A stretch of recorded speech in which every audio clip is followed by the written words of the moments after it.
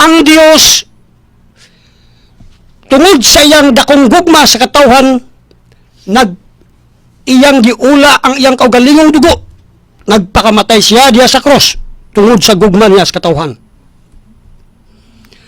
Ang simbahan Katoliko mipadayag nga ang Pebrero 14 sa ulugon ang adlaw sa paghigugma. Mo'y gitawag na tog Valentine's Day karon.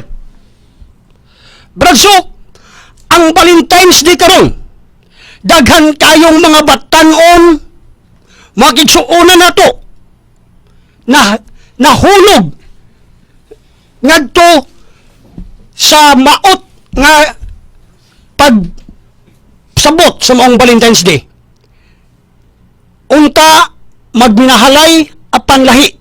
At tuwa karon ang uban didto sa motel nga wala pagali sila, bisbisi sa kaminyoon.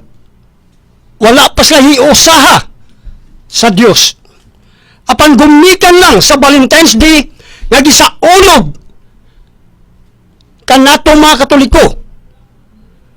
Nasayop ang ilang pagsabot sa Valentine's Day, mo'y hinungdan nga daghan kaayo mga kaigsuunan nato nga nagpataka, nga nagpasagad og sa ulog sa maong adlaw.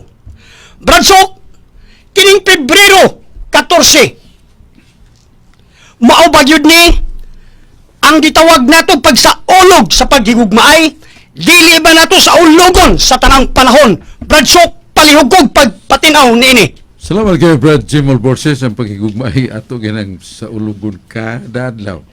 Kay God is timeless. Nasa Juan 4:18, God is love. Katong mingon ka na higugma sa Diyos, pero wa may gugma si sikatao, makakon siya. Wa nga siya makahigugma siya ng sikatao ngayang nakita, o saan niya pahigugma sa Diyos, nga wa niya makita.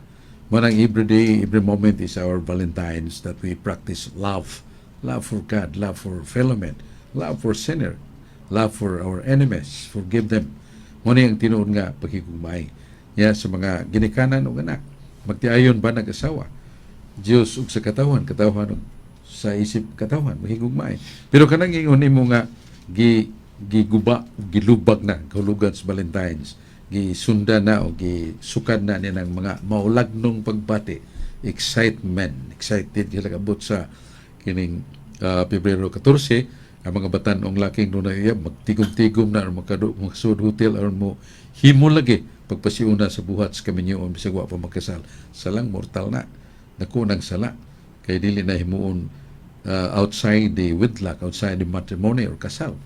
Muna nga, balik ko na to, nga tungod ni sa wa may baw, tungod sa batanon nga kanunay ang kahinam sa pagtagamtam ng lawas nun nga kalipay nga kana gitagana mas Ginoo alang sa kaminyoon nga sila panalanginan og anak o wa bay anak basta naa sa kaminyoon. So balik ko na to, dako ng sala o usa na kapag kuba sa kambalay nga Diyos nun ug langit nun o usa kapag himo pagpintal og hugaw sa lintungan ng tinuod nga kahulugan sa gugma kay gugma balaan.